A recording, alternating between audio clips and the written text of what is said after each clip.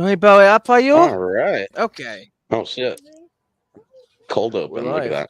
We're back, guys. We are live once again with that classic Cutz action. We got a panel of guests here. We're going to be discussing the finer points of the film, like usual, and it should be a good time. I am very happy to be back at doing this. Cody's not joining us today. He's off at a movie shoot. We got one part of the hormonal werewolves down there with Canadian boy Ryan.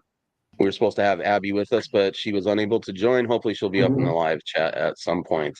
We also have filmmaker Jack Hunter the second down there in the bottom left, or maybe the bottom right for you guys. I don't know how it's oriented. Who cares? And we also have Septum Sin. So, Well, depends if it's two mirrored. parts of the Schlockaholics as well. We got Abby in the comments. She is here in spirit and sort of physically. Uh, So yeah, tonight we're going to be discussing Waxwork from 1988. We're going to run that trailer real quick, then we'll give you the tail of the tape, all the details of the production, and then we'll jump into our thoughts on the thing. Should be a pretty fun episode, pretty straightforward, little fun house flick. So, we should be able to get in and out in probably about 90 minutes. It's 11:45. Let's go.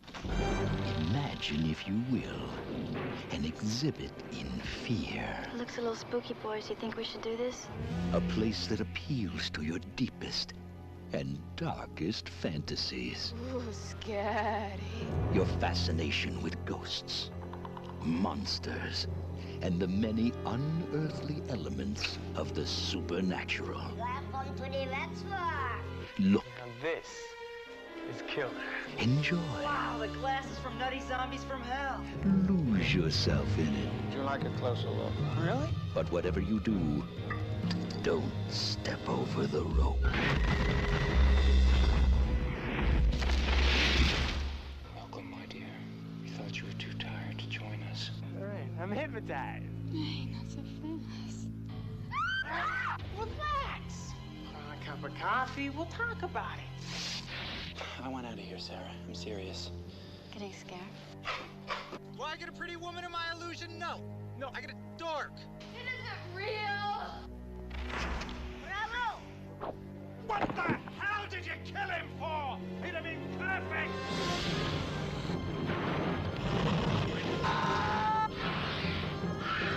Live, my children.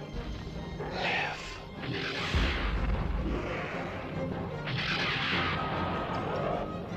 Hit me.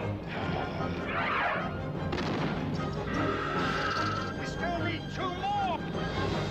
Vestron Pictures welcomes you into a new dimension in terror. Waxwork.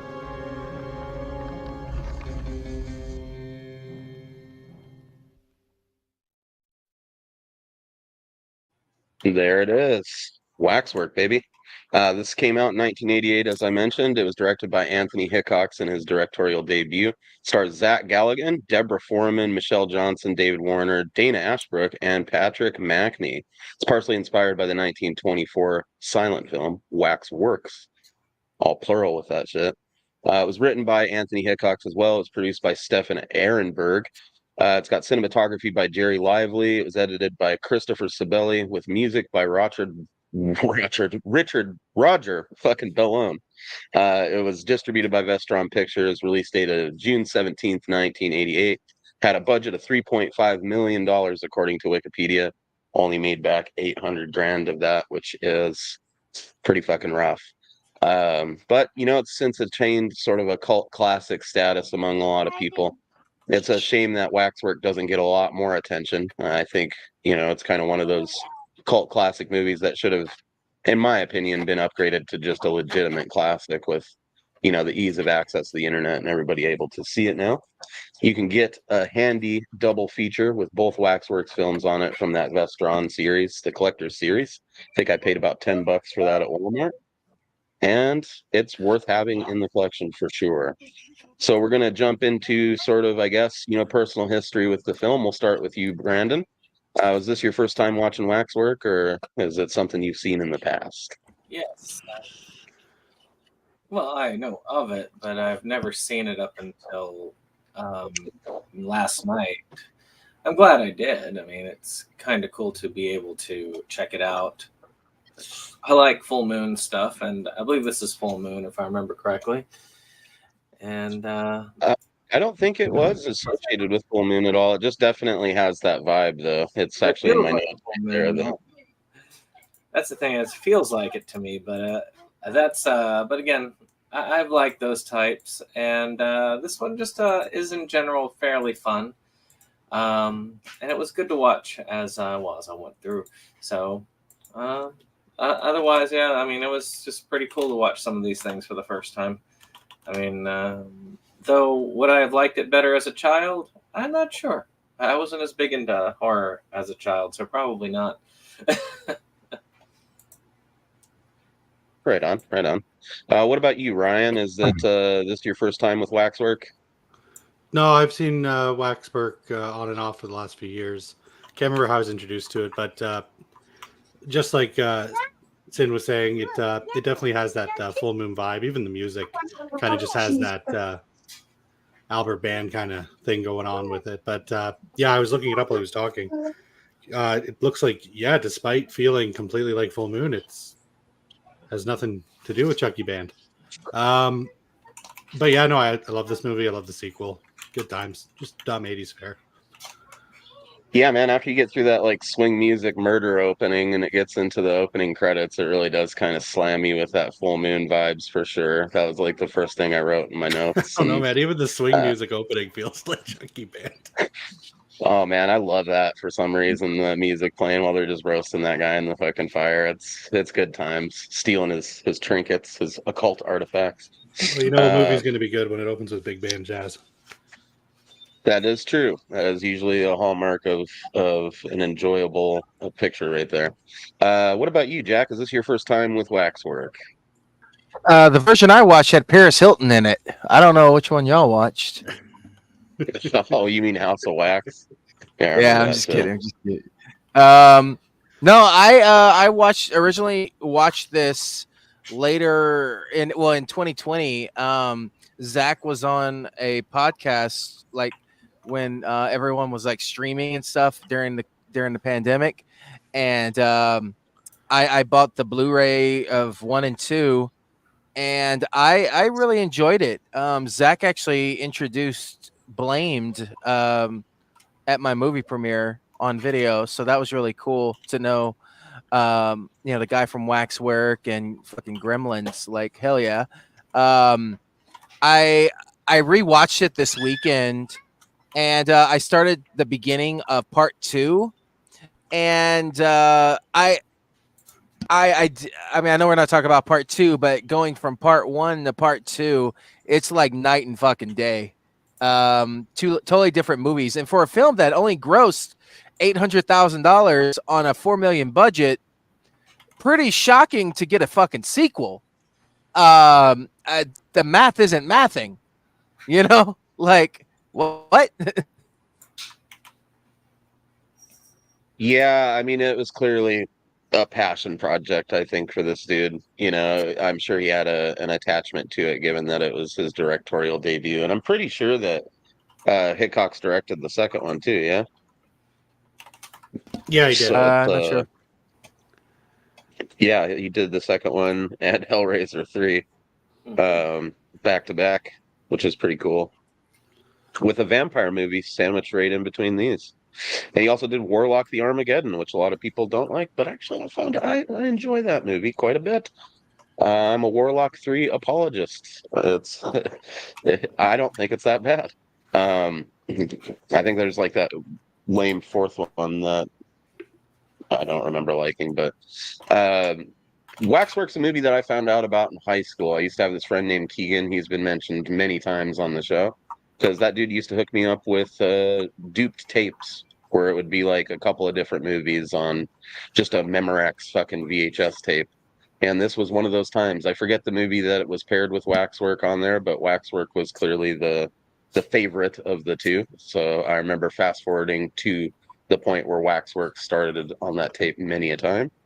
It's just a great flick, man. I think it's a good example of how to perfectly pace one of these sort of funhouse attraction style horror films. doesn't waste a lot of time, gets you right into the oddness and the action and all that stuff. It doesn't try to hold your hand through a bunch of exposition or anything. All you need to know is that these fucking guys are running a waxwork and people are getting sucked into the scenes, and it's all part of a voodoo apocalypse kind of a plot to complete this ritual with 18 souls so that he can raise all these evil entities to just create hell on earth or something like that. And obviously, it Yeah, fails that's never miserably, really but- explained. That's never really What's that? explained throughout the film. It's never explained, like, what the fuck are they doing? Like, we need two more for what? Like, and then the Well, sequel the old obviously guy in doesn't answer it. the old dude in the wheelchair explains it when he's like, just pretty much lays it out that the dude he had killed, well, we'll get there. So what do you Yeah. guys think about our cast of characters here? I mean, we've got really a lot of people in this movie.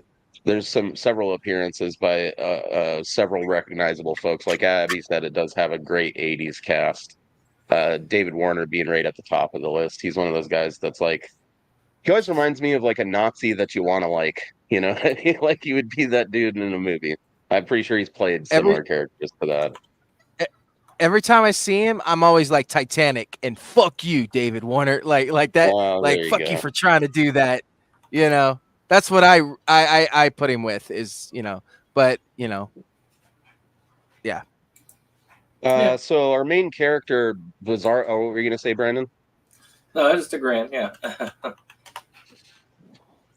Yeah, I recognize him from a ton of stuff. I don't know that Titanic or anything specific is the first. So maybe Waxwork might be the thing that comes to mind when I think of David Warner, but he's in a bunch of good stuff. I think that, old Billy from Gremlins is an odd main character in this film because he has like secondary character energy the whole time, but for some reason he's the main focus of the movie. In any other movie, he'd be like that rich prick sort of side character to the main characters. But Waxwork is an odd duck Absolutely. all around, So he's our leading man. I think he kills it in this movie. He smokes a bunch of cigarettes, gets to yell at people and stuff. He's basically the polar opposite of Billy from Gremlins in this. His character name is Mark. What do we think of Mark in this film? Let's start with you, Brandon. So let's see. I can never put names to faces. Is Mark the one of the ones that dies early Zach. on? No, Mark's the Mark Gremlins is kid. Zach.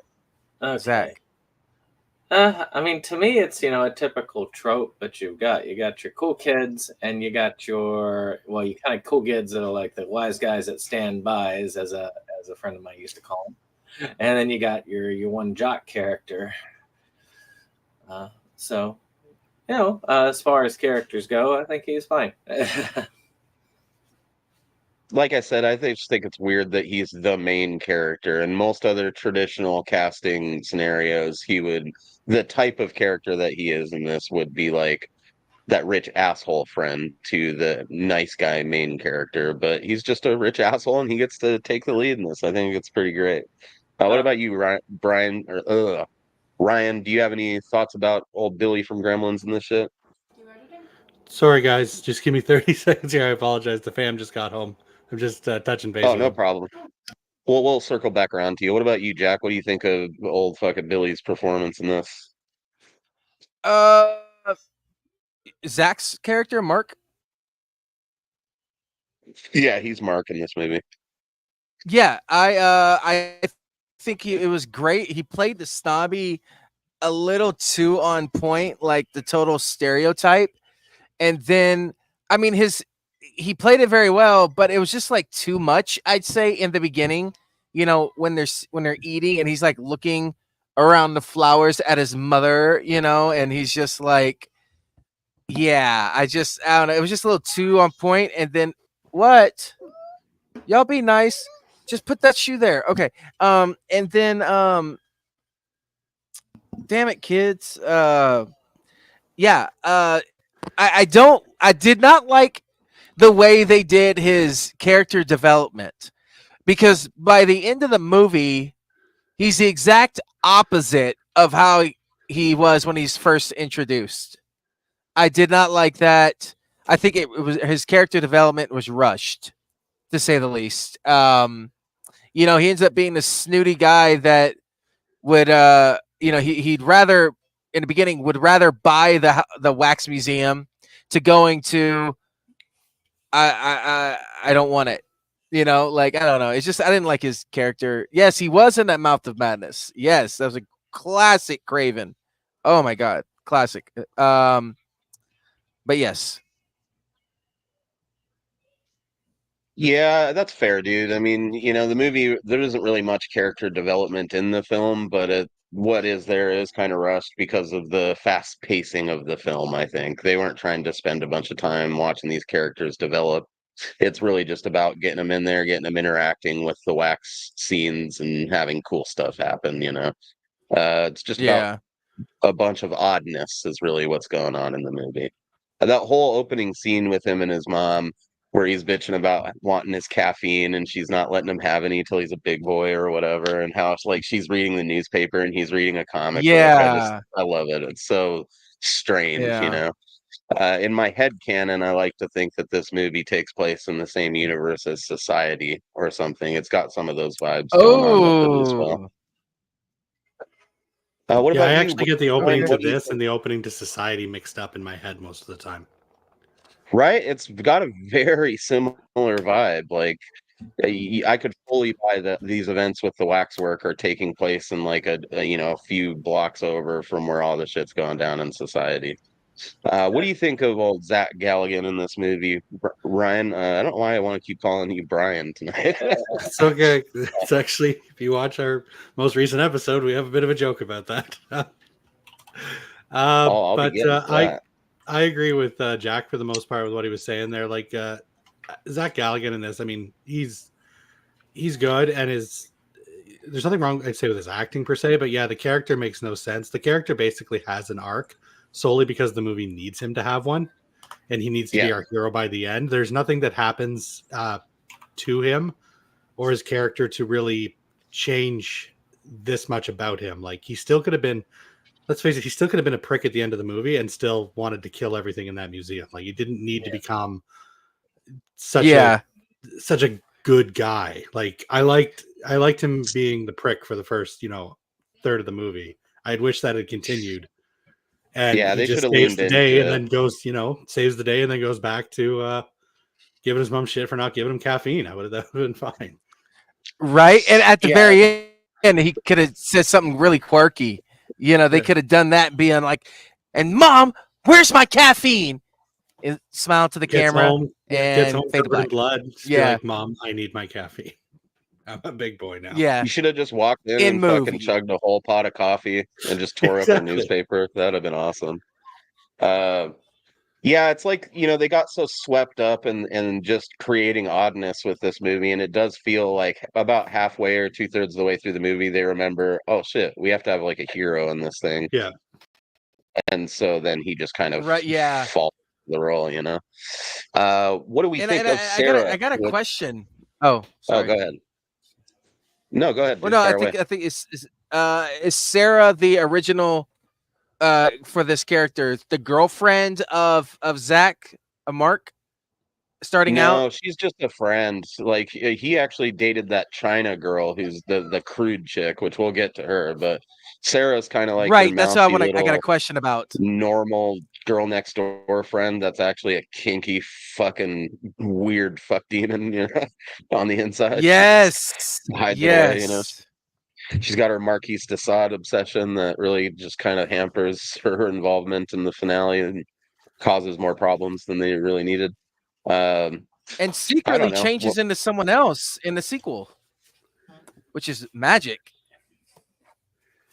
I think that she looks like an old lady somehow, even though she's clearly like a young person. But just the way her face looks, like she already looks like she's probably going to look when she's like 80, just with less wrinkles, She's an odd looking person, man. I think it was the haircut. I don't think it was doing her any favors. Yeah, I still hate it though.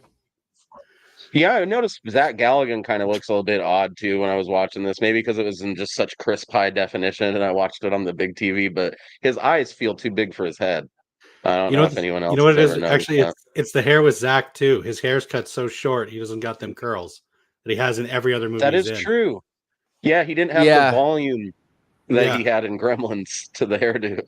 So it's a bit different. it's gonna He pop. should probably, hopefully he, noticed that himself.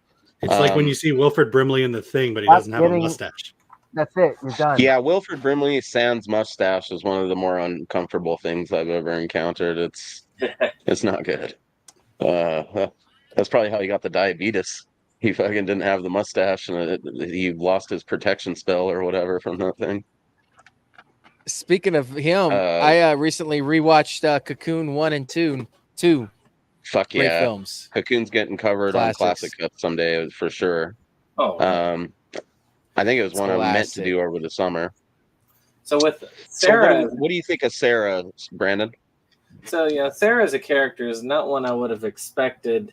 Like I said, this movie surprised me by killing off like half the cast at the very beginning. But Yeah. Sarah was one of those that I didn't quite think was going to be one of the survivors. I thought it was going to be China, to tell you the truth, because she was the type that, you would have had as the survivor in a typical 80s horror film. This one, however, she actually, to tell you the truth, the character didn't make much of an impression, which is the other reason why I was like there, because she was kind of like there. She pined for the main guy who wanted the hot, the hot chick stereotypical thing.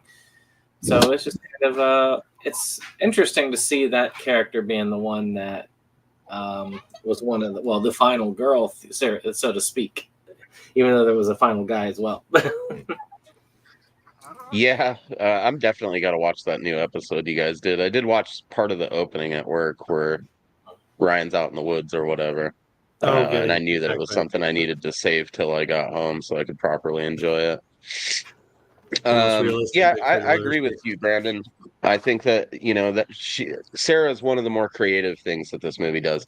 I can't think of any other horror film where like the mousy girl next door character survives as long as Sarah does in this movie, and turns out to be like a BDSM freak that's obsessed with the Marquise de Sade. I mean, it's such an odd part of this movie. It's another one of those things that really reminds me of society in a lot of ways. Like she would fit right in with those fucking shunting motherfuckers over there. And she's honestly sort of villainous in this. And I don't think that she's a good person. Yeah. I don't think she wanted to be rescued either. I think old Billy kind of She was under the spell. She was the spell.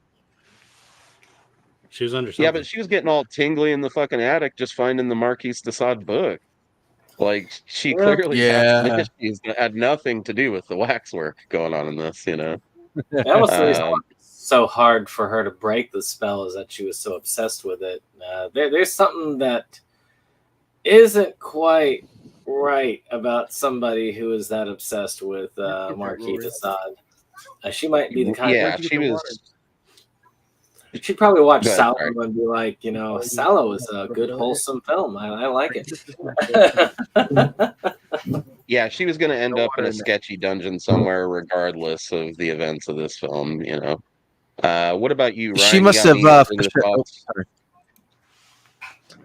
that. That's gross. Basically just what you guys have already covered. She's kind of... I keep forgetting she's in the movie until... the whole Marquis de Sade thing starts, and then with my most recent rewatch, I thought she got blown away by the shotgun, but that was the other kinky girl, the one that was already in the Marquis de Sade thing. Right. Then she showed up again, and I'm like, oh yeah, she's still alive. Blew my mind. So yeah, that's about as outside of that character. Yeah, I agree, dude. Outside of just the general kinkiness of that whole scenario, she doesn't really add anything to the movie. She's just, the whole thing is kind of like, oh shit, we got Michael McNally in the house. What's up, buddy? The whole thing is like she's just the reveal of her being a bigger slut than the girl we thought was a massive slut in the movie. Waxwork is also an odd duck in that there's no nudity in this movie. that I noticed. Usually I notice that kind of thing. And it feels relatively family friendly until you get to the Sarah sequence with the Marquis de Sade, and they start using a bunch of language that it made it real uncomfortable when I was watching it in the family room here. Because like I said, the rest of the movie, it's got some gore in it and whatnot, but it's relatively tame. Oh, settle down, bro. Hold on.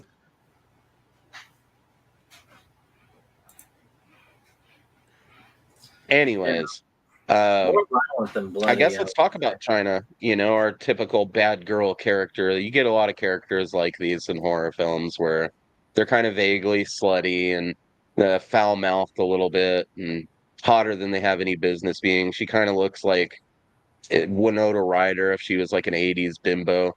Um, what are our thoughts on China? Real weird name too. It doesn't seem like the type of name you typically hear about, like with a bunch of rich white kids. Brandon, what are your thoughts on China?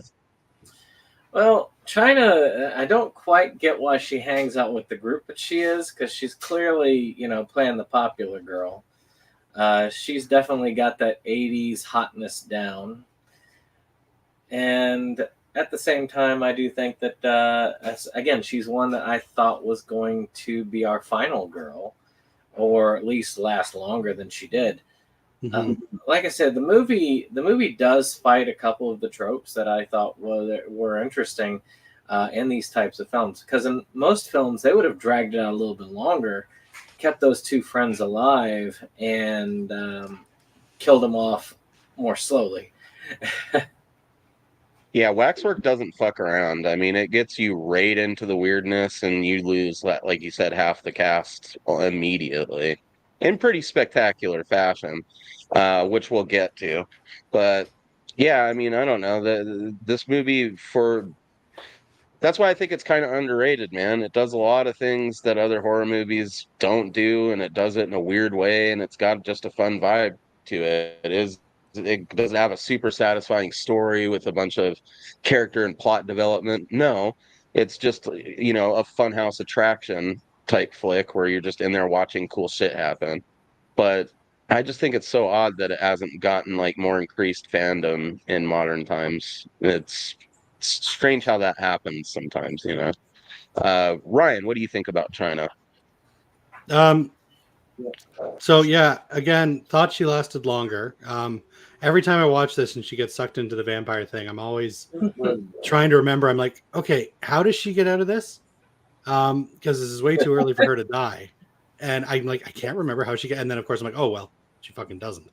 And that is, and I know like this is basically just a monster fest. This is an effects reel of a movie, but by killing off these two characters at the beginning, China and I don't know, Bumble the Boy Wonder there, you lose half of the cast that you've invested the first 15 minutes of this movie with.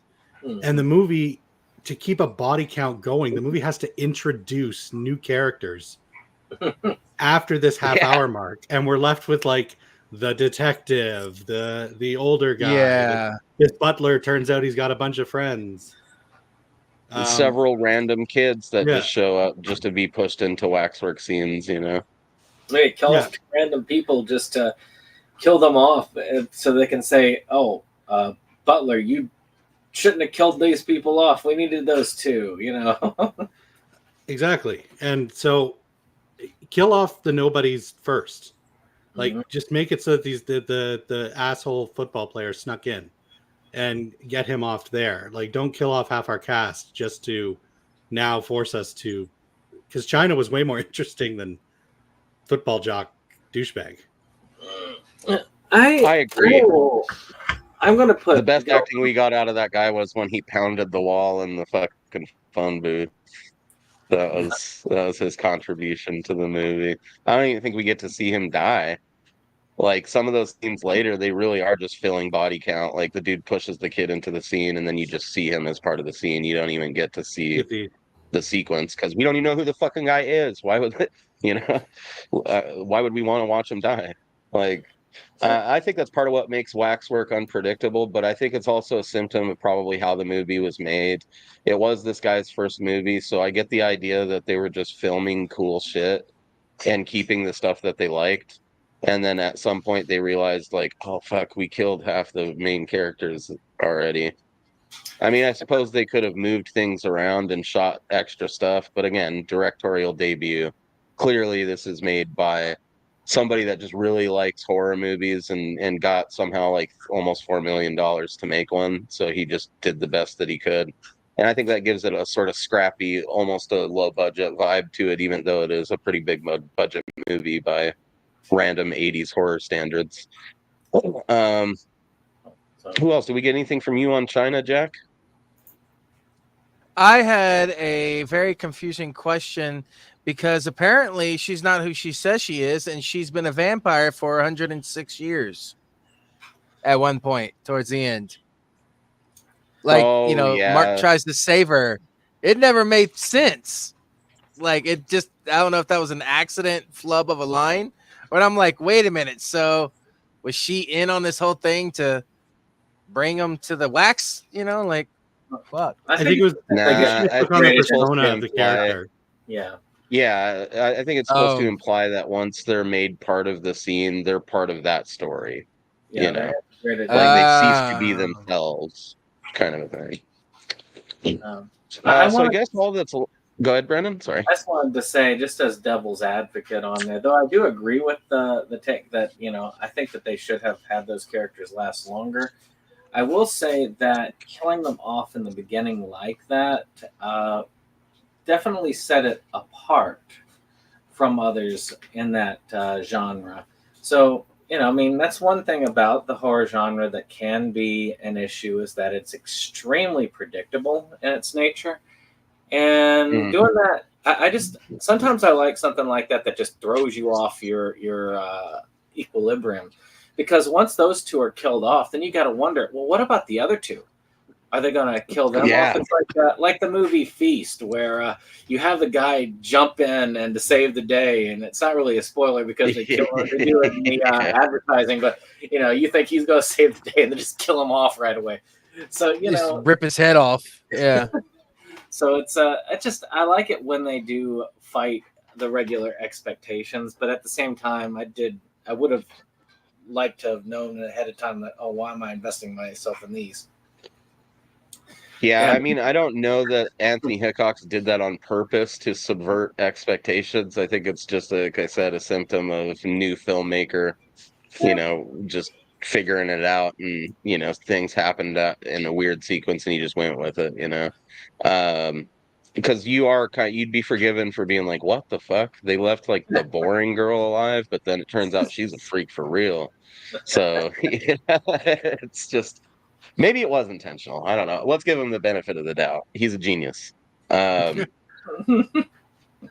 I guess all that's left to talk about cast-wise, of course, we got David Warner in there, but he's really just sort of like a prop. Whoops, I didn't mean to click that again.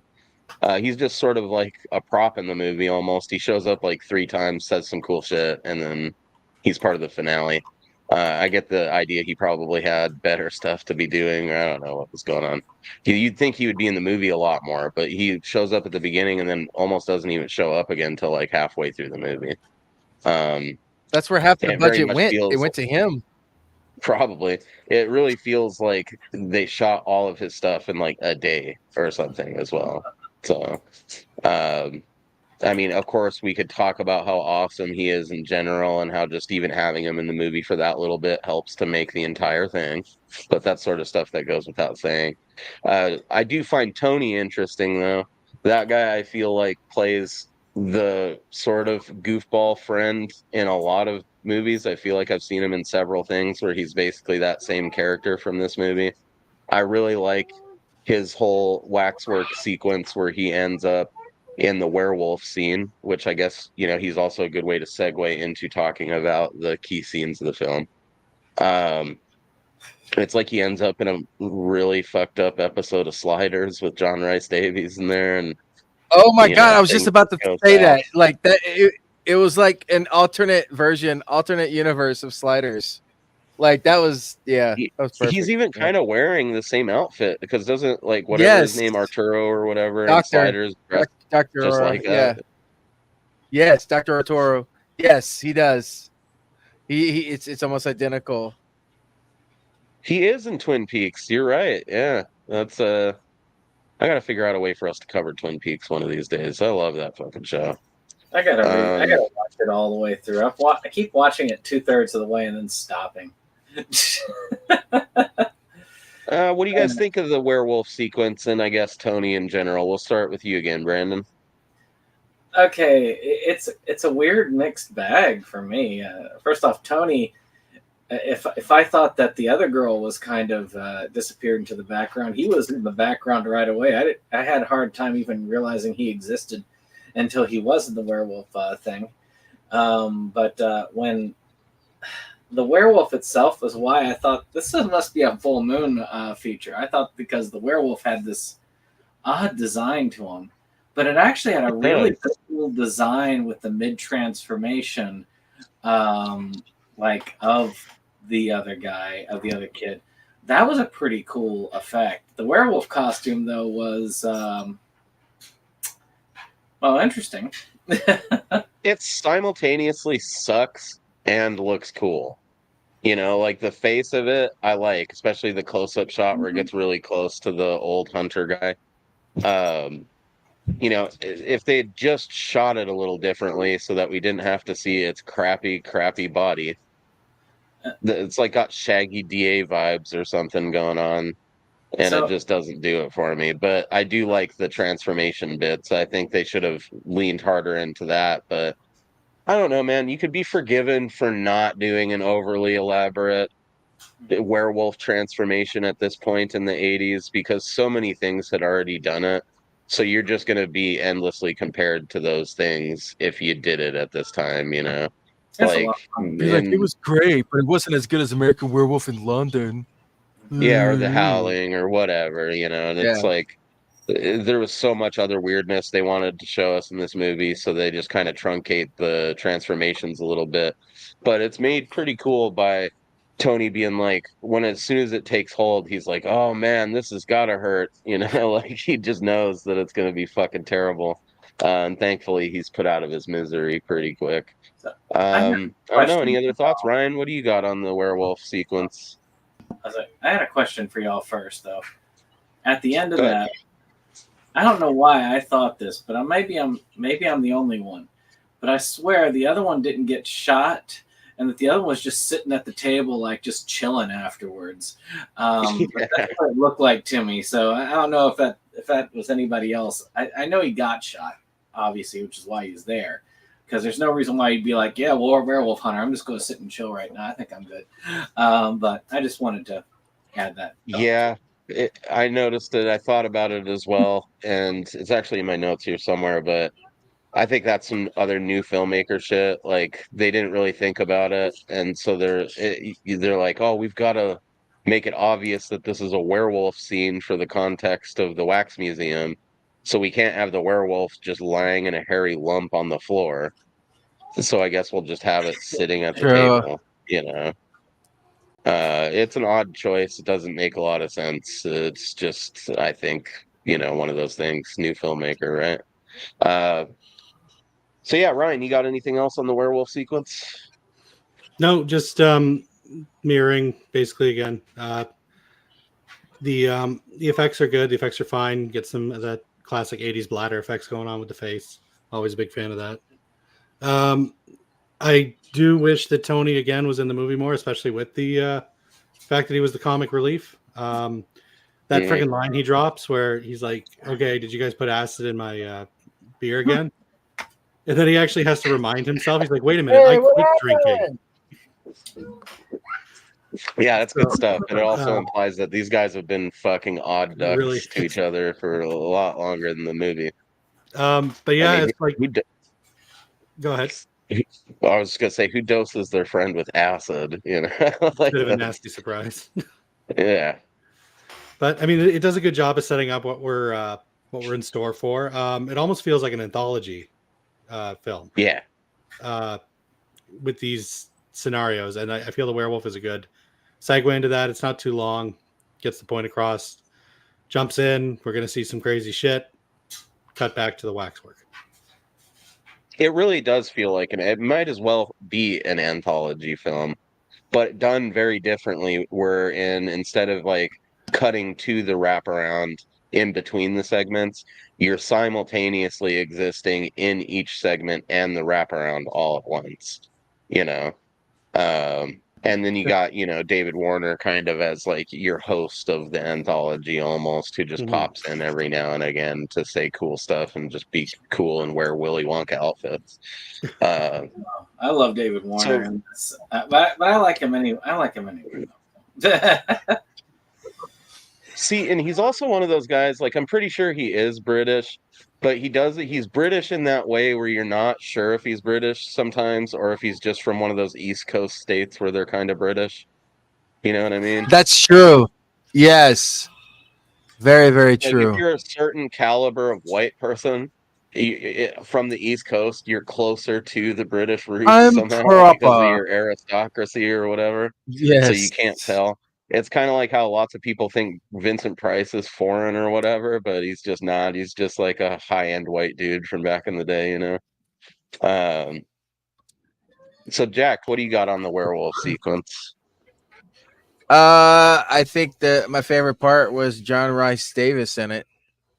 That was the coolest thing about it. I mean, there's really not much to say about it. You guys already said everything. I like werewolf movies, so it was cool. Nothing too like oh my god, it was this, it was that. It was a great film, a great segment that really doesn't mix in well, but yeah, like you said, anthology. It's definitely an anthology movie for sure. I think there could have been some value in, if they were going to kill these guys so quickly, there could have been some value in having the werewolf scene follow the vampire scene. But the vampire scene has a lot more going on in it, so I guess it does make some sense to also put that after. But yeah, I figured he was legit British, not Connecticut British or whatever. Rory, no. Oh, sorry, my kid. No problem. Rory. I will say, I think it's cool. Like, I can't tell, and I didn't have the time to watch all the supplemental material and listen to commentaries or anything. But I like to think that they shot the werewolf sequence on a soundstage, or they, at the very least, found a section of woods with a small cabin that looked like a soundstage. And I think that lends to the wax museum element of it, right? Like, it doesn't feel like you're actually in the woods. It feels like you're on a stage that's meant to look like the woods in the whole sequence. But again, I don't know for sure that it was done on a soundstage or whatever. It could have been actually shot in nature, but I don't think so. And I think that that's a smart choice, if they actually did just shoot it in the woods somewhere that just looked like a normal piece of the woods, it would take a little bit away from that sort of waxwork vibe of the whole thing, right? Like, every other sequence in the movie feels very much like you're also on a set, like a stage, like you're in the little diorama. And I think that, so no one really turned into a werewolf? It's sick. What's that? What? I said, so no one turned into a werewolf? I've been lied to? Oh, some bullshit. Fake news. This is all fake news. And I do like the idea of these guys showing up to hunt a werewolf and only bringing 3 bullets. I feel like that's... They didn't even preload the gun. Yeah, it's like you drop it. Why the fuck would you bring them in a little ceremonial box for the pageantry, Like, just fucking put them in there before you show up. You know what would have made this even better for me, though, is if Dom DeLuise had played the original werewolf, and then just that would have made me laugh more, because the guy actually almost was comical in his performance anyway because of how over the top it was. So just to me, that would just add to it, and it would make it even better. I don't know. Sometimes when they're over the top, I just say, screw it, go way over the top, just throw it to the wind. Go big or go home. Like how how they pull the old switcheroo on you too. Like they start to show John Rice Davies transforming, but then you don't get to see it completed, and then you think like, oh, what the fuck? Like you have a werewolf scene and we don't even get any cool 80s bladder effects. And then, they end up bringing it full circle with Tony at the end and actually delivering the goods with it. So that's pretty cool. Again, you got to speculate, was that intentional to sort of make you think about it for a second, or was it just them realizing like, oh, we should probably show a little bit more of some sort of transformation, even if we're not going to go all the way with it. But yeah, that's kind of it for the main characters, really. I guess we could just start a fire through key scenes of the film, because there's, the movie moves real quick, as I've stated several times. It really is kind of a masterclass in like pacing a perfect, 80s rental horror flick. This movie works great if you're gonna just have like a movie night with friends and drink beer and kind of talk on the side while you just look at cool fucking horror stuff going on. I do, though, Absolutely. one thing that I really do like is that whole Scooby-Doo opening to the Waxwork when they're coming in there, and they all kind of run up behind fucking Mark. It's just got a very Scooby-Doo vibe to the whole thing, which is just sort of odd to put in there, but that's the name of the game when it comes to this movie. Um, I like, the whole disappearing act that David Warner pulls when he first, invites them to come to the Waxwork. Like he just shows up and then he pulls the Batman at the end and is just gone when they turn around. I think that's pretty cool. Which, they never really explain the full nature of how he's paranormal in some way. Obviously, he's like not aging, but that's it. We don't ever really see that he explicitly has powers of any kind other than when he does pull that disappearing act. But I mean, his yard wasn't that big either. Maybe he just walked back in the house in the time it took them to turn around. I don't know.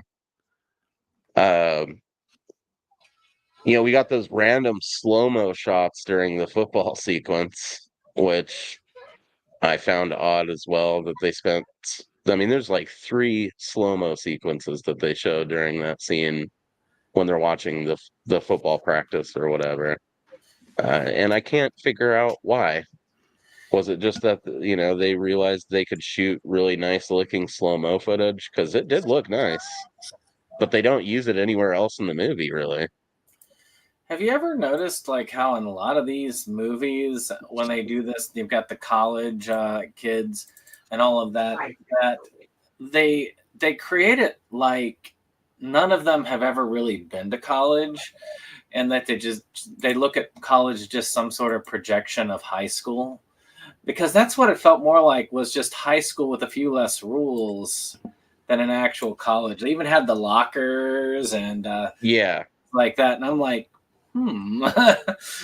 this is because I've been to several colleges in my time, and then they're definitely different than this. I've never seen one quite like this.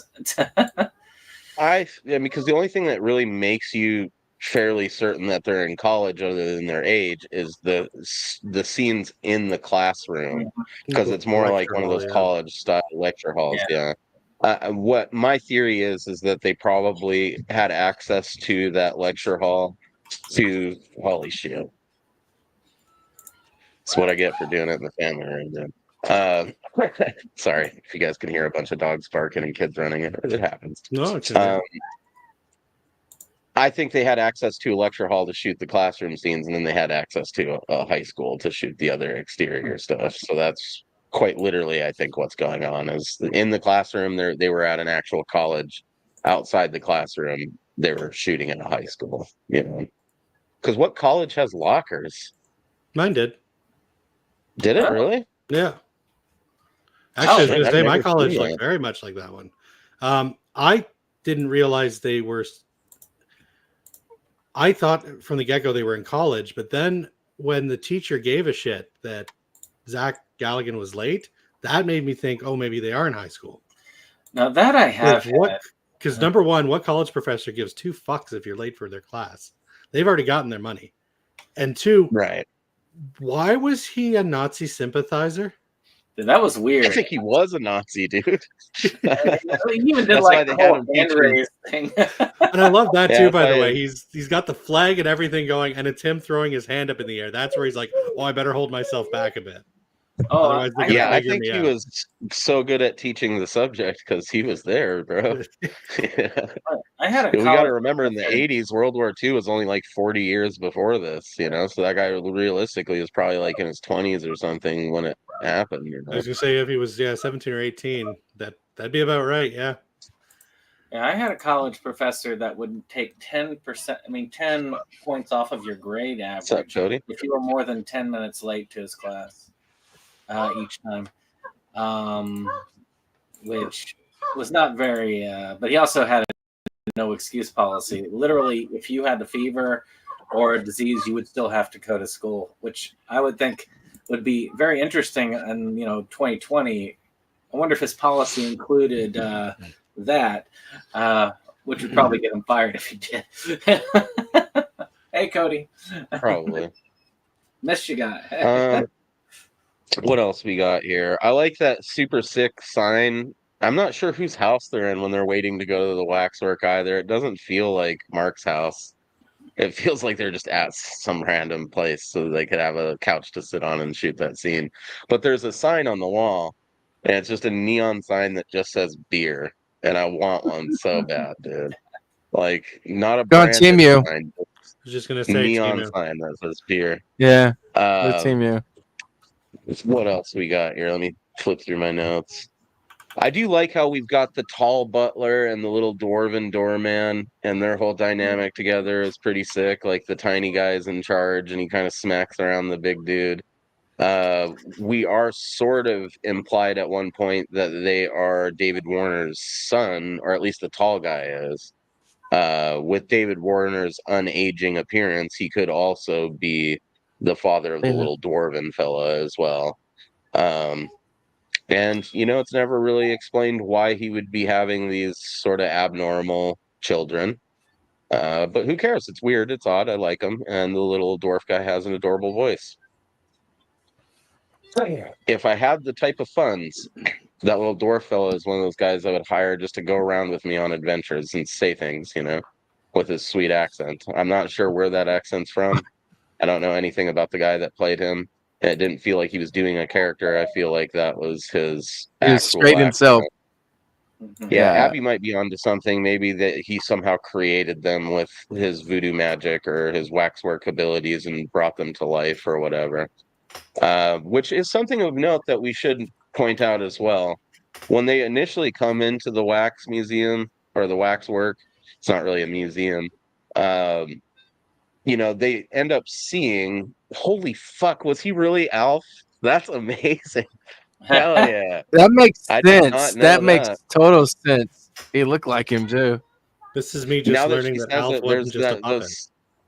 Well, Yeah. dude, there's certain sequences where they show full body shots of Alf. Most notably in the Yeah. intro, they show him like running away from the camera at one point. And now that she points it out, I feel like they have a very similar gait because it was the same dude. He also snaps one of the most aggressive bows I've ever seen at that point where he's welcoming them into the waxwork. It's amazing. I like how his adorable little hair flips back when he stands back up. It's great. I mean, what is he like? Two, not even 2 inches from the floor when he bows. Like, oh, bro, watch yourself. Dude, I would legit hire that guy to go on adventures with me, and I'd just take him around when I go fishing, like backpack style, like Luke does with Yoda and fucking Empire Strikes Back. I think that would be great fun. What else do we got here? Oh yeah, but my point was, like, when they initially come into the waxwork, it's very clear that the waxwork scenes are real people in like costumes standing there. Because you can kind of see them move like very slightly as it's showing each one. I think if it was done as it would have been seen in those days, if you think about it on a fuzzy VHS, you probably wouldn't have noticed. Probably wouldn't notice, and if it was done now, they probably would have like freeze framed the shots and then just digitally panned over them, like in editing instead of doing it for real. Rotoscope and which is very simple now. Not when it Well, I first came feel out, like but yeah. too, it also, even with noticing it, it doesn't hurt the movie because the whole idea of the movie is that these waxwork Yeah. scenes come alive, you know. So it's not a gripe; it's just something I noticed, really. I have a My favorite I mean, waxwork scene. Good. well, it wasn't as bad as the Zach Morris time in real life and breaking the fourth wall, moving, but it was good. If you did, Right. yeah, My yeah. biggest gripe with the waxwork itself isn't that you can clearly tell they're real people. It's that we have way more interesting creatures that these guys could have gotten pulled into than vampires and werewolves. Like, did you guys see Well, it's that probably demon baby eating the nanny? Yeah, or Like, that fucking I weird yeah, alien thing. yeah. yeah, or the snake woman in the carriage. Like, pull them into those worlds. I want to see what's going on there. Well, Like, there's probably an They even IP issue at the time Well, because no, you had all the of it's sort of aliens, and then copyright friendly, you know. Like they don't go right yeah, out and say that it's Night of the Living Dead that they're aping at the one point. They call it like yeah. I forget what he says, but um, all of it would have been fine, I think, in terms of like any sort of IP infringement. And they even make a point when they're in the like going into the waxwork to do like a slow panning shot of that freak show scene with the snake person in the carriage or whatever. And so it's kind of implying that we're going to see something with that at some point. And then all we get is like a brief sequence with it during the insane fucking finale of the movie. So yeah, there's a lot that they left out. Do you guys have any favorite scenes though? Like just in terms of if you visited this waxwork, are there any of them that you particularly enjoyed? Like just as a scene in the 50 waxwork? My Shades of favorite Grey. is the one where there's like the fucking invisible man looking dude that's forcing the lady to drink gasoline. oh yeah, I would have loved to have Into seen that that. either, and it's so odd, you know. I would have visited that wax museum. I mean, you got this little looking house, but then you got this massive room inside that's almost impossible to have existed in that house. And it is cool looking though. I really like it. I mean, I would actually pay to go to that wax museum in real life. Not the well. Okay, let me preface that. I would pay to go to a wax museum like that in real life, not that particular one. Yeah, this one we would have got into for free because I don't recall him charging a cover charge or anything. It was invite only kind of a thing. Or just if you were walking by, he'd shove you into a wax scene. Life. Yeah, I would definitely visit this if it was a real attraction, though, as well. I think, if these were real wax scenes, they'd have been pretty cool. At our wax museum on the Oregon coast, there's actually several horror scenes, and there's actually a swamp scene where when you walk through it, like Jason Voorhees is in there and shit, which is pretty cool. Abby says she's been to Madame Tussauds, and that fucking is a bucket list thing of mine as well. There's something fun about a solid wax museum. I think this movie brings up an interesting point, though, in that they never refer to it as a wax museum in it. They call it a wax works, which is like an old-timey sort of term. Say, Rory. Stuff. And that's because I think traditionally they're separated, kind of like you got your wax museum where it's like celebrities and historical figures recreated in wax or historical scenes, and then typically you've got your other wax works, which are wax work fucking amusements that have a bunch of random scenes like this, like horrific stuff and weird stuff and stuff like that. Our wax museum out on the coast is attached to Ripley's Believe It or Not, which is why I think they include a lot of like historical stuff, but then a lot of oddities as well. But I think a lot of the times it's kind of separated into the two categories. You know what I mean? And it works well because a lot of these museums, like I've been to Madame Tussauds both in Las Vegas, New York, and I went to a wax museum in Myrtle Beach. And I admit, a lot of the fun in those is that you can actually integrate yourself into the little dioramas that they create. So it works very well if you look at this movie. It lends itself to it. Yeah, like there's a Madame Tussauds in Niagara Falls, and they have like the craziest xenomorph exhibit, and you're allowed to go right up and like there's a picture of my wife. She's got her arm in the xenomorph's mouth and she's screaming and everything.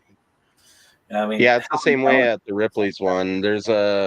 I meant to upload it, but I forgot. I kind of got strapped with time because of the delay that I had today. But there's a pretty sweet picture of me at the Ripley's Wax Museum, and there's like a shark bite victim, and I'm like standing with my arm around him, like touching one of his nipples. It's a good photo. It's important. Hey man, like you're gonna have them out like that. When I did some work at the Helen Keller Institute over in Long Island, they took people to Madame Tussauds because it's one of the few museums where you can touch the exhibits. And if you're blind, it's a way of being able to. It's kind of a requirement. And see the people and the characters. Probably a huge fucking bummer visiting any type of museum as a blind person if you can't touch the stuff, Hell yeah. See, Abby knows how it's done. Yeah. I bet you we would have a lot of fun at a wax attraction together. She didn't specify that was from a wax museum. That's true. That's true. Just saying. And George Bush seems like he might be game for something like that in real life too. I don't know. He's a funny little Texan. Another guy I wouldn't mind backpacking around like Yoda. He's adorable. Let's be honest. I mean, war crimes or whatever aside, he's just adorable. I want to tickle his little belly, dude. I totally lost my train of thought there. But did you guys ever do the wax museum in school? No. Or like they would have the kids put on a wax museum? I did a couple of times, but actually both times, that we did it, I was Orville Wright, one of the Wright brothers. And I was paired with some other kid that dressed in like old timey clothes, and we had like a diorama of an airplane with us or whatever, Good times. I never really committed to the wax role though. I would just kind of hang around the booth. Other kids got like serious about it though and wouldn't move the whole time, So yeah, okay, moving on from there, we've got the vampire scene. We didn't really talk about that much. I do enjoy the finale of it. I think the initial part of it is grating and like boring as sin. They're just eating the meat at that table, and for some reason the guy's like clapping really loud and like smacking the table really loud, and then nothing really of note happens. It's just people in bad wigs. No, I'm not edgy. It's just became a habit, bro. I don't know. Also, my camera's bad, like real bad most of the time because I don't spring for quality equipment. So black and white makes it look like an old movie. Yeah, it fits the theme. So basically, I think the vampire sequence is pretty ass other than the White Room finale. And I think that was a genius touch, doing the whole thing in a white room, and it's all clean and like clinical looking. And then by the end, it's just fucking trashed. I don't know. You guys got any thoughts on the vampire sequence in general? We'll start with you, Brandon. I mean, I like that. I do think it's funny where she says, so it's like meat tartare. It's like, no, that's nothing like tartare. I have seen tartare. But it does actually, it's a great, what do they call it? It definitely gives you a heads up as to kind of the hypnotic quality that these scenes have, for her actually getting in and eating that stuff when that character would never have eaten that stuff in reality. Very unlike. She was real thirsty though, so she was down to eat any kind of meat if it came to the right dude. She was really wanting a sophisticated fella, and also got one. It's very different from the werewolf one where that guy is totally out of it and disoriented. She seemed to be fitting into it a lot more than he did. Yeah, she fell right into it. That's a real sort of odd element in this movie too, is how like both of the characters that we see initially go in don't really react to being sucked into these wax scenes as if it's anything unusual, like Tony just immediately thinks he was dosed with something, or it's like hypnotism, and China just thinks that she got sucked. She's in a dream. So you fell asleep in the wax museum? Like, how does that make sense? But whatever. Um, yeah, though it adds to that surreal quality of the whole thing. The fact that they don't spend 5 minutes each time they're sucked in there, just being like, "What? What is this? What's happening?" You know, they just go with it. I think Yeah, movie's got a pretty movie. cool. Yeah, but you're right about that finale too, taking place in the White Room. Like that's just the movie. If it wasn't for that insane ending we got, the movie almost would have peaked there for me. Yeah. Like when that one vampire is thrown against the wine rack. I love ridiculous. it. Or when she like stakes those two and that glorious splatter is just coating the walls and all their white dresses and everything. It's great. No, because yeah, the movie kind of after the vampire scene, the movie kind of hits the brakes. I find, and until we get to the finale, it's unless whipping is your thing, it's pretty tame. Yeah, I feel like that they ran into a pacing issue there because they're like, holy shit, we've done like 2/3 of the movie already. We have to have some sort of exposition here and explain some kind of a plot. So their friends just leave them at the wax museum, assuming that they went home. And then they pretty quickly realize, like, no, they're legit missing. And, we got to try to find them. And then the whole part of like, I think it was kind of cheesy though. Like, I'm not afraid of you, so you can't hurt me. Oh, we'll come get on, there, like, bro. we're not Freddy there. Krueger's their ass at the end of the movie. Yeah. If that guy and just defeats them by not believing in the stuff. So, I mean, if that guy had totally gone with the whole "this is just an acid flashback" thing, he would have just gotten out of the werewolf thing without any scathing whatsoever. Yeah, well, I mean, you don't have to leave her there if she gets killed by a piece of flying rebar or whatever it is. Isn't that how she dies in the movie? She gets like impaled by a rod. I think it's just a piece of. I can't. I watched Black Museum when it came out in theaters. That was the only time I'd ever seen it. I've never. I saw it on DVD. Talk about I think I own it. Art imitating life, right there. Like just Paris Hilton impaled by a fucking random rod. What's that, Jack? Well, I haven't seen it since it was on DVD, but I tell you what, I would really like Paris Hilton to lose her lighter in my truck. Well, yeah, if y'all remember, that was we were talking a lot about House of Wax when we were watching with my wife, and what we were both looking at, and I was thinking to myself, up until House of Wax, I would have watched anything that Dark Castle was putting out, just because I mean, House on Haunted Hill, 13 Ghosts, Ghost Ship, all three of them excellent revisits to classic horror.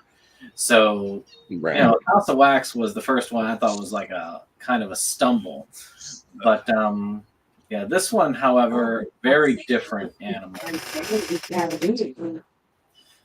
This one's far more mystical than that one. That one was more of that is a crazy killer doing his thing. Much like actually a real case where there was a guy who encased people that he killed in dolls in Russia, I believe it was. Oh, I've heard of that, dude. I can't recall any names associated with it, but I know what you're talking about. That's wild. I liked that House on Haunted Hill remake. I thought that was pretty good. I saw that one in the theater. What else here? So I guess kind of like you said, after that, we got a bunch of randoms getting sucked into wax scenes, and they're kind of figuring out the stuff to do with the voodoo ritual or whatever, getting the backstory from the old man in the wheelchair who's like, there's so much unsaid in this movie. Like, that guy's clearly part of this society of other random rich white dudes, I guess, that like hunt evil, That's where the butler comes into play at the end, old Jenkins or whatever his name is, or Jensen, whatever he's fucking called. Like, he's part of this society of, you're kind of, the way the dude's dressed with his khaki vest, you get the idea he's some sort of explorer, you know? So it's got kind of that old-timey explorer society vibe to the old guy telling them the story, and then when he comes into play later with like a whole badass pitchfork crowd of people that show up to help fight the wax attractions during the finale. Uh, and then they have their little Goonies scene in the attic where they find the article about how this dude, I guess, killed Mark's grandpa because he was like a collector of occult artifacts. So that brings it full circle with the swing music murder scene at the beginning of the movie, which I thought was pretty cool. What are you guys' thoughts on, I guess, the whole middle episode or middle portion of the shit? If you have any other thoughts on it, Brandon? I mean, it's great to have the exposition. I mean, the detective thing was a bit weird, but he was over the top, angry police officer. I swear that's who they modeled one of the police officers after in South Park. Like not like the main one, not Barbary, but like the police chief guy that they had. But right. I do like how they have. He actually looks just like that guy. Yeah. Same outfit and everything. They did. I like that they did give you the thing in multiple ways. Like, they let you know that, yes, they need to kill them in the way that they need to put them all in the dioramas and complete all the dioramas to do it when the butler killed that guy, the tall guy killed it.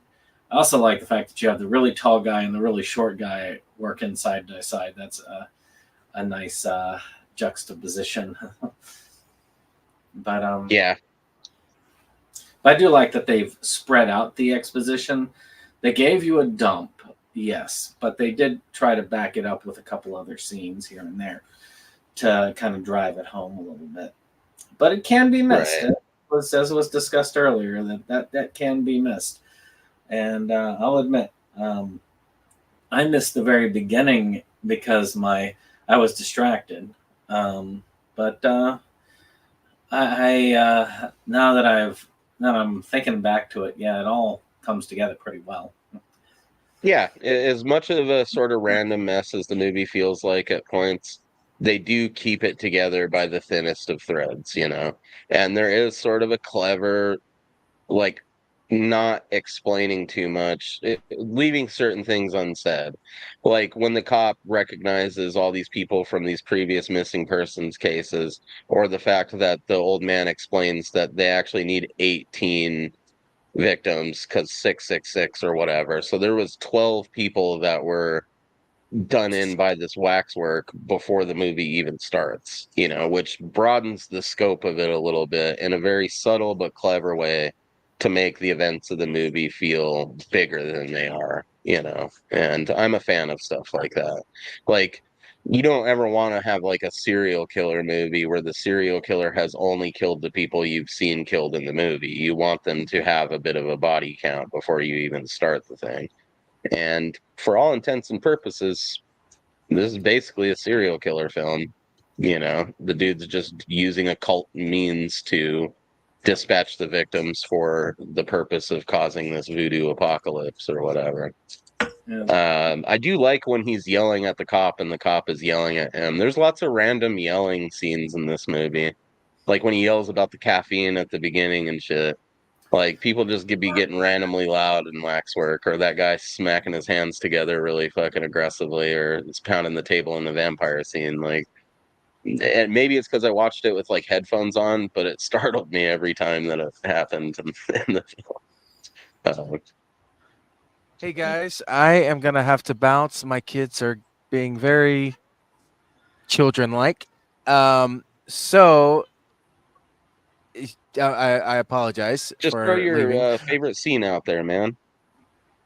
My favorite scene. I like the whip scene. Like, I thought it was pretty hot. I'm not gonna lie, it was totally random in the whole film. Like, but it was like like, wow, this film just went from like, I'd say up to that point about PG, for 80s, straight up to one nip loose or nip slip from an NC-17. Yeah, it gets It was explicit real treading. quick. Yeah, it was treading it. And then, like, basically her saying, the only thing she didn't say, I guess in our terms, is "hit me, daddy, one more time, daddy." I was just waiting to hear "daddy" come out. Like that was the I don't only think people that. were saying that back then, thankfully. No, no. So, as a grown man, my the teenage horn dog in me came out during that. That was like, wow, this shit's kind of relevant to these days. Like, hell yeah. Well, there you go, dude. That's certainly information that we now know. No. Oh, wait, It's good to it was know hot. you're into that. Well, I mean, I did. I like pain. Like. There you go. So. All right, man. Well, you have but a yeah, good night. yeah. Hopefully, you enjoyed, what you were able to participate in on here. Was Yes, happy to have you, man. It's been a pleasure, and bye everyone.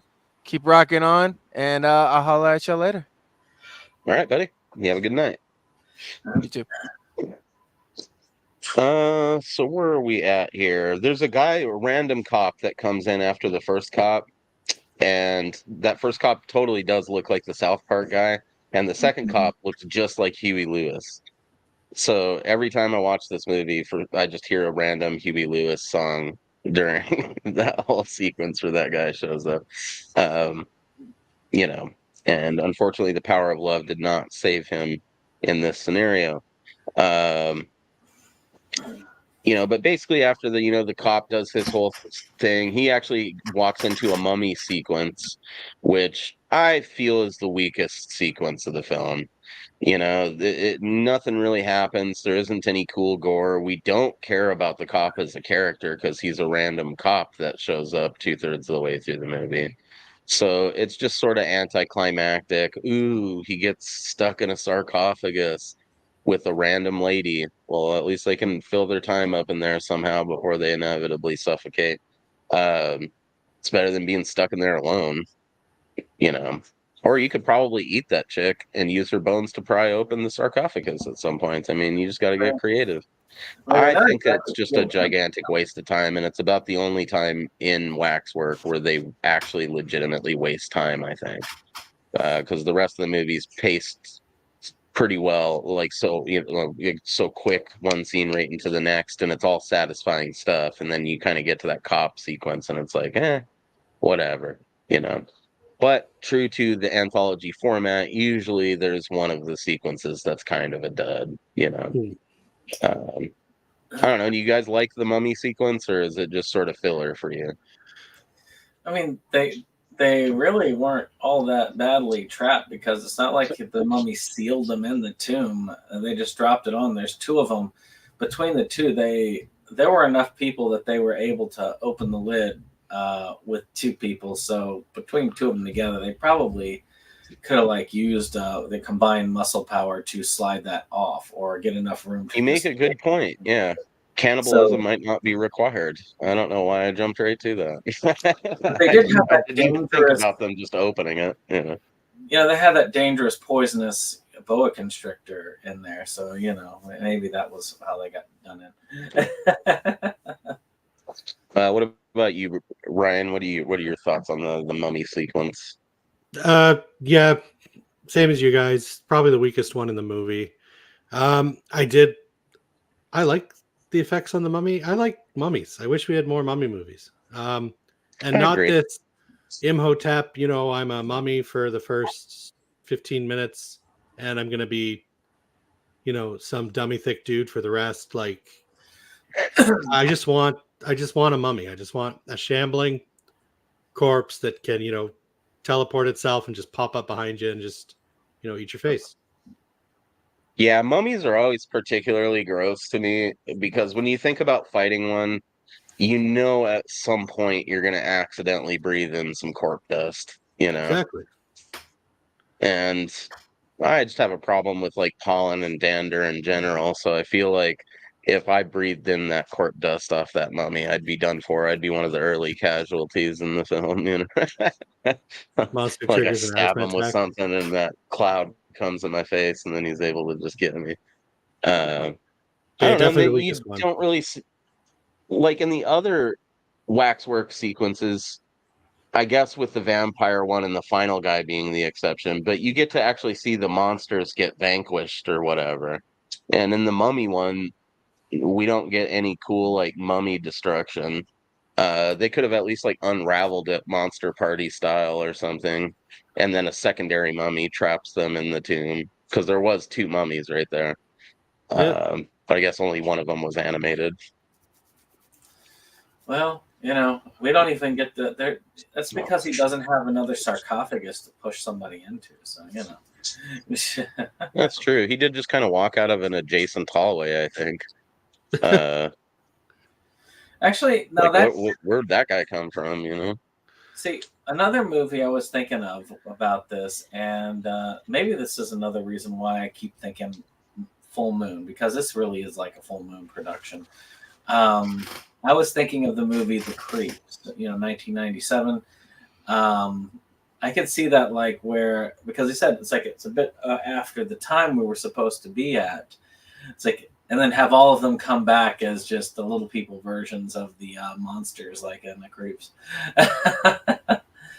I don't know, but that just that movie still to this day makes me laugh that you botched it. We're only half done. Late 90s Full Moon is a bit of a blind spot for me. We'll get you up to speed eventually. There's a lot of turds, but there's some good stuff in there. Well, I don't know. Good's a relative term, but entertaining. Yeah, being good relative to fucking, you know, ragdoll isn't isn't necessarily a compliment. But there's some tolerable stuff from that late 90s, early 2000s Full Moon catalog. So I guess really we're kind of to the point where let's talk about Mark and his Night of the Living Dead sequence in black and white, because, you know, some old schlocky films look like that. And I don't know if I would consider Night of the Living Dead schlock by our standards as horror fans, but by your average person nowadays, were they to watch it, with Walking Dead probably being the zombie stuff they've seen, it would feel pretty cheap and low budget. So it fits in spirit, but I think that's probably maybe my second favorite sequence next to the vampire one of the movie, even though it's so brief, because they just nail the look of it so well, and the zombies look so cool and juicy. I like a good moist zombie, you know, and they're all pretty humid looking in that sequence, you know. Not a lot of corpse dust to breathe in around those guys, but you got to worry about random goose spatter. Any thoughts on the Night of the Living Dead sequence? It's a solid. We'll start with you, yeah, go for it, Brandon. It's a solid sequence. I mean, it is interesting that that's how they figure out voice zombie. I do think that it's interesting that it was him hitting the wall that got him to realize, oh, wait, this isn't real. If it's not real, they can't hurt me. Little bit of a leap of logic, but otherwise, I thought the zombie sequence itself, especially with the whole hand, keep grabbing him on the arm and stuff like that, that I like. We had to impale the hand in order to... Yeah, we did have a little cameo of Thing from the Addams Family in this, and he escapes at the end. So, Return of the Living Dead. Maybe he just went home. I like to think Thing, this also, in addition to happening in the same universe as Society, it's also happening in the same universe as the Addams Family, which does make some sense too. Like, they would probably be those people that were like, oh man, those shunters are like even weirder than we are, so that's why we don't associate with them, you know. We draw the line at shunting. They did hit some financial straits in one of those movies too. So maybe during that, like, Thing was out just working a part-time job at this waxwork and it got out of hand, you know. And so he bails at the end and goes back to his family life. I don't know. Anything else on it? I mean, it is pretty brief. I just like it a lot because I'm a huge fan of Night of the Living Dead and black and white horror, and I like that they actually switch it to black and white for the moist zombies. You know, There's definitely mold growing somewhere. Yeah, The dude. zombies are a testament to this too. Like I have problems with the pacing of this movie and everything like that, but like the money, you said this was what, $4 million? Yeah, The or money is on, 3.5 according yeah, to Wikipedia. So the money's on the screen. Like these creature effects, as little janky as the werewolf looks, like these are solid Yeah. creature effects. The gore in the Mhm. vampire scene, like that rotten leg, and these zombies all look great. Not to mention the other characters in the finale, like you get the snake woman and stuff that are in it for all of 10 seconds, and they still look fantastic. Yeah, the alien, all of that shit. I mean, that weird like Frankenstein dude that was carrying the lady or whatever. Like all of it looks sick, you know. So they definitely, it was money well spent. It's not one of those movies where you see the budget and you're like, how? You Yeah. know, you can fully see how they spent $3.5 million making Waxwork and then casting the people that they cast in it for the time. The money was put in the right places. It just unfortunately didn't result in a box office return, which happens. I would like to think with home video sales and rentals and things like that in the years since, Waxwork has probably made back its budget at this point, but it obviously didn't go to the people that, you know, it went to various other folks. But I think, you know, in the years since, the movie's probably grossed that much because fuck, these Vestron DVDs or Blu-rays alone have sold probably that much in the time they've been around. I mean, there's a lot of people that collect these, casual horror fans and hardcore alike, because they sell them at Walmart, you know. Well, So yeah, the movie hopefully they've got a made that sequel, budget so it back must by have now. done. Yeah, the movie got a sequel, so it had to have been doing good on the home video market. Yeah, and I mean, you know, I can honestly say that as much as I love Waxwork, I don't know if it's a movie that I would ever think like, man, I wish I'd seen this in the theater. It's more like a perfect rental film, you know. Like I said, you can pop it on, just watch it while you bullshit with your friends, and it's going to be just as enjoyable as if you were sitting there like fully paying attention to it. Uh, so I guess all that's left is for us to share our thoughts on the finale sequence and our favorite character, favorite scenes. You know, close this son of a bitch out. Before we do that, though, I'm going to let you guys plug your stuff while I hit the restroom, and then we'll finish this up.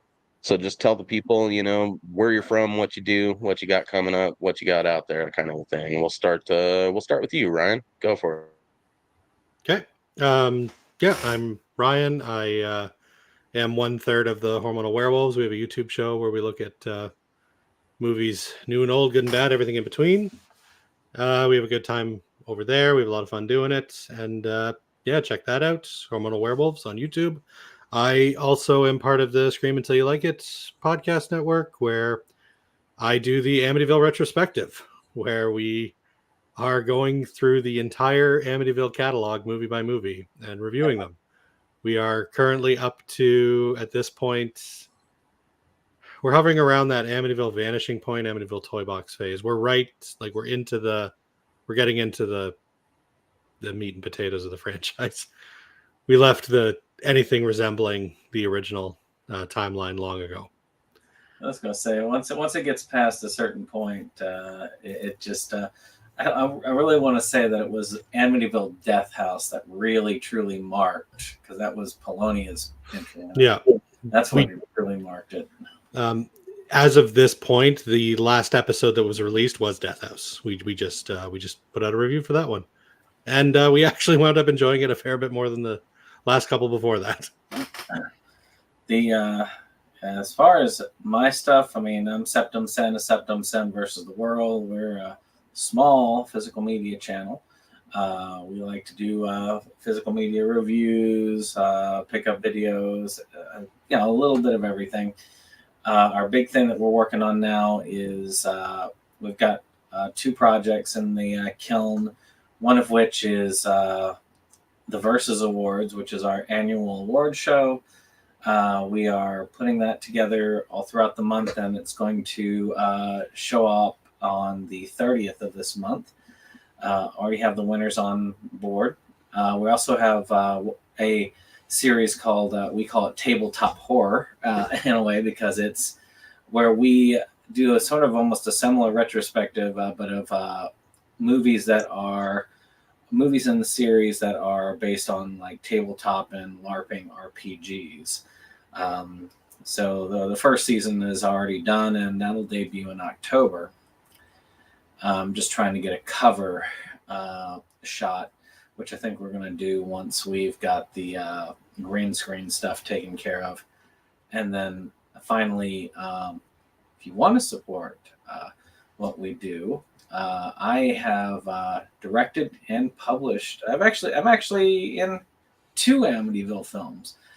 So is Mo. He's in so I mean, I'm in Amityville Apocalypse. I actually have 2 short films in that, and I am also the director of Amityville Webcam, which I found out now has enough votes on IMDb to have an official IMDb rating, which is kind of cool. And you can get that on SRS. So if y'all go all the way with Amityville, you might end up there, but not sure it's the place. Yeah, if you want to see me drunk on a Blu-ray cover, buy Amityville Webcam. But yeah, I'm faded as fuck on that thing, dude. Yeah, we wish you were here too, Abby. This was a fun time. You know, maybe not my smoothest discussion I've ever ran, and it lacked all of our supplemental clips, but I had a hell of a lot of fun. I'm happy to be back doing this. It's I've missed it a lot, you know. And I don't plan on going anywhere ever again. We're getting back to the grind, baby. So, you got anything else to plug, Brandon? Nah, not at the moment. But the Versus Awards, definitely, we're trying to get it off the ground. It's a lot of work, so if I can't get, I've said I'm kind of done with it, but I've told people, what was it, that if we get to 200 likes on it, that I'll say heck with it and try it another year. If not, we're gonna rework it so that it's not as painstaking, because you got to go through, you got to get all of the presenters. And I got a lot of good ones. I got Joe Weinkrug. Dude, I would honestly say just stick it out. And you guys that are watching and listening should definitely check out the Versus Awards. Go back and watch the previous one. It's like the Oscars if people that actually gave a shit about movies were picking the winners, you know. We've had several times where low budget indie horror films have been showcased heavily on the thing, and those guys have been able to come and give like acceptance speeches for their awards and everything like that. And you know, you guys have inspired me in the past. I still want to figure out a way to do a schlock-centric version of what you guys are doing with the Versus Awards. Maybe call it the Weed Whacker Awards, you know, because Fangoria has the Chainsaw Awards, right? So it'd be like a lower budget version of that, which so the Weed Whacker makes sense. Trophy would be like Ash from Evil Dead holding up a Weed Whacker. I think that's fucking pretty cool. We're making the Versus Awards are kick-ass. So check it out, guys. So it'll be entertaining throughout the whole of it. It's we've already got some fun stuff. I have an old sea captain's outfit that I'm using for one of the characters that we're playing.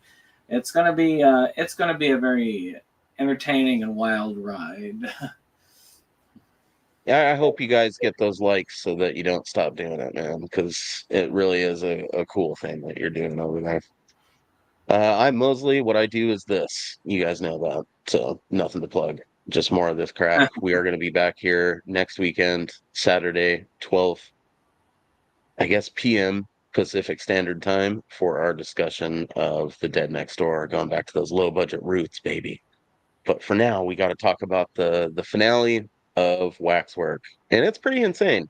You know, it's like what you kind of wish those Frankenstein like pitchfork, you know, mob scenes would be like, because there's just sword fights happening and dudes in bad wigs and creatures all over the place and a lot of people getting stabbed and just falling down and And then right when you think it can't get any more awesome, you get like a sword fight with Billy from Gremlins and that dude playing the Marquis de Sade. And I mean, it gets wild. You got people sacrificing themselves and catching on fire. I mean, there's a lot to unpack in it. We're not going to talk about it scene by scene because it's just pure chaos. But I guess, what do you guys think of the finale? And do you think it's a satisfying conclusion to the film? We'll start with you, Brandon.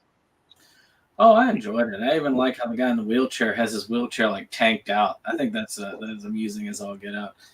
I thought it was amusing. I mean, to me, any film that's got an entertainment value and somewhat likable characters is a good enough film for me. And this one definitely, that final fight scene was great. I liked how they kind of, though it was kind of disjointed, the ending of the main baddie when he kind of came up from the wax, but he didn't come, but he went right back down.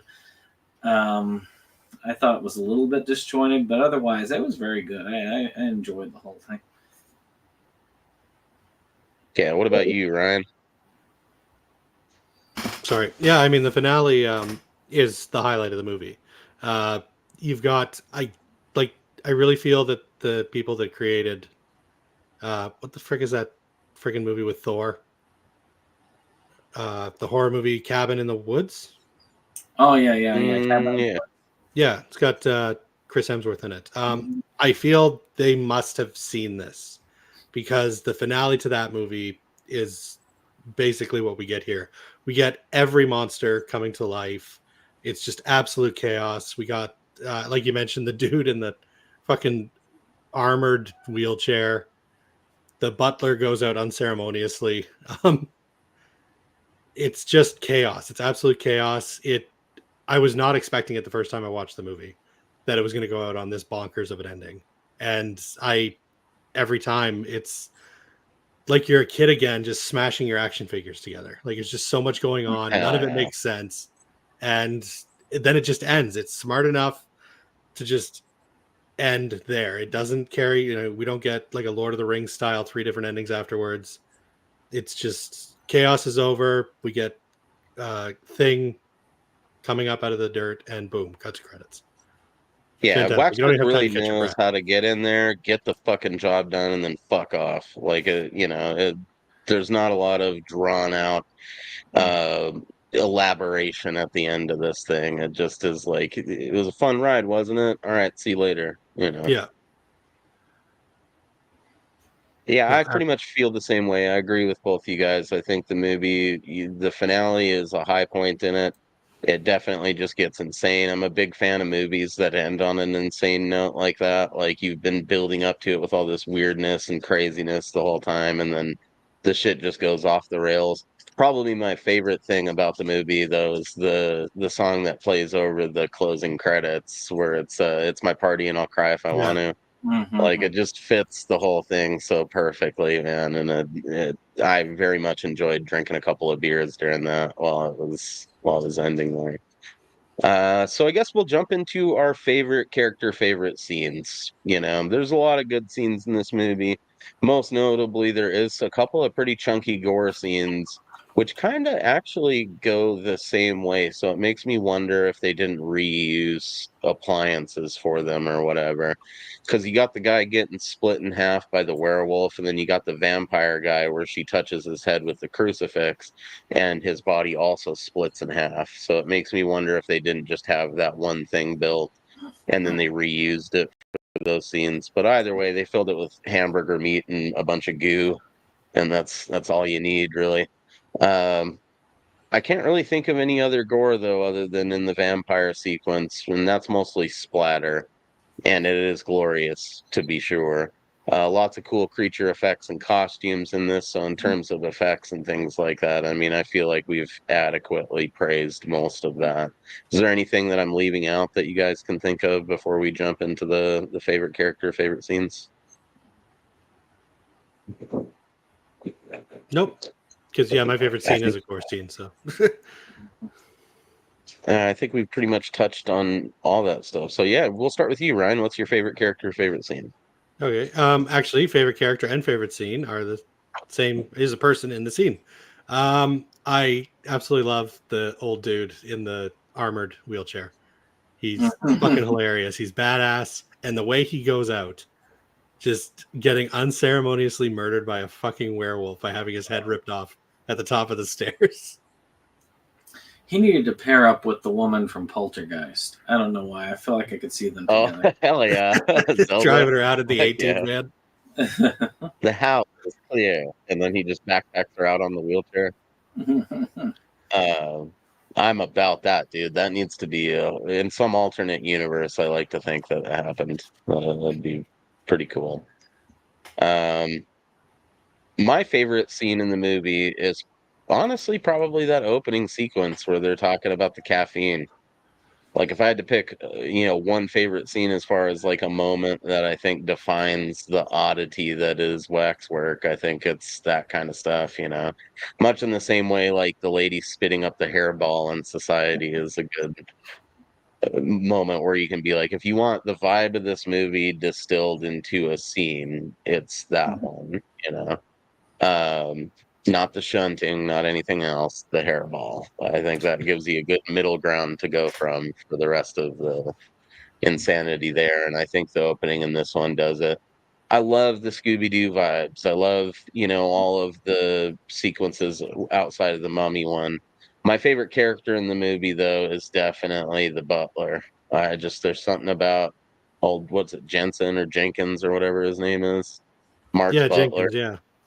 Like I love that he has his back with the coffee and the cigarettes at the beginning of the movie, and then he has his back again at the end, showing up ready to go to war and get killed. It's a shame that he died. I think he's him and the old guy in the wheelchair are probably the two casualties in the movie that it's a shame they couldn't have survived, so they could have somehow been a part of the sequel. What about you, Brandon? Favorite character, favorite scenes? I do like the Wax Man himself. David Warner always gives a fun performance, and that whole thing where he's dressed up like Willy Wonka, that right there throws it for me. But as far as favorite scene, which of course he's in, which is the scene where the jock gets killed. Even though they didn't show it, I love the whole thing, like where the guy's like, yeah, and it's like they made a movie of it, and he's like. And then after he's dead, he just walks off like movie of the, and just scoffing at the fact they made multiple movies. Yeah, they'll make a movie of anything these days. So yeah, I don't know why, but I just thought that was great. I thought it was hilarious. There, it's like you didn't even need to show him get killed at that point because it was great banter. Yeah, you make a good point because I kind of had it in my notes, like griping about the fact that they didn't show the kill, but I think now that you've explained that, I agree with you. What were you saying? Oh, that was it. I was just taking in breath. Well, I think Abby's still in the comments too, so if you want to share your favorite character and favorite scene in the movie real quick, Abby, we wouldn't complain about that. So go for it, girl. I guess I kind of do have other stuff to plug in the sense that I have my fishing page. So if any of you guys are like into angling of any sorts, go over and like Untitled Fishing Show. That's the name of the page and the show. I haven't put anything out in the last couple of weeks because the phone that I used to film it got trashed when I capsized my kayak, but I've got a couple of GoPros that I'm going to be snagging up not next week, but the week after. And I'll be back to posting videos. We got the fall fishing season coming up. A lot of those big bass are going to turn back on again and be a little bit more predictable to catch on account of the lower temperatures not frying their fucking eyeballs when they try to come up into the shallows. So we got that going on. I got the kayak. I got a 12-foot John boat that I'm going to be out on here soon.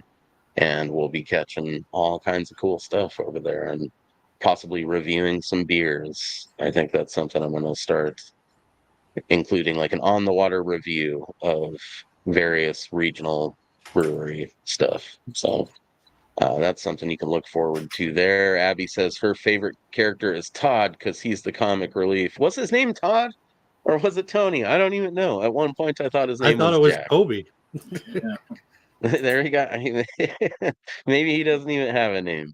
And her favorite scene is the werewolf sequence, which is fair. It includes favorite character, and it is pretty fucking rad. So hopefully you guys have enjoyed this. I think at the end of the day, if you want a fun, I've been calling them like a funhouse attraction movie. There's lots of those movies. I would say Feast is kind of one of those too, where it's like, you know, uh, it's also like a siege flick if you want to think about it like that. But I think when I think funhouse attraction flicks, I think of like a movie you just look at and can enjoy. You could watch it on mute and it's still going to be fun. And Waxwork definitely fits into that category. We're going to be back with the sequel at some point next week. We're going to be doing the Dead Next Door, but probably the week after we're going to cover the Waxwork sequel. So if you guys are interested in seeing us talk about that, tune back in. Okay, his name was Tony. I'm not crazy. Right on.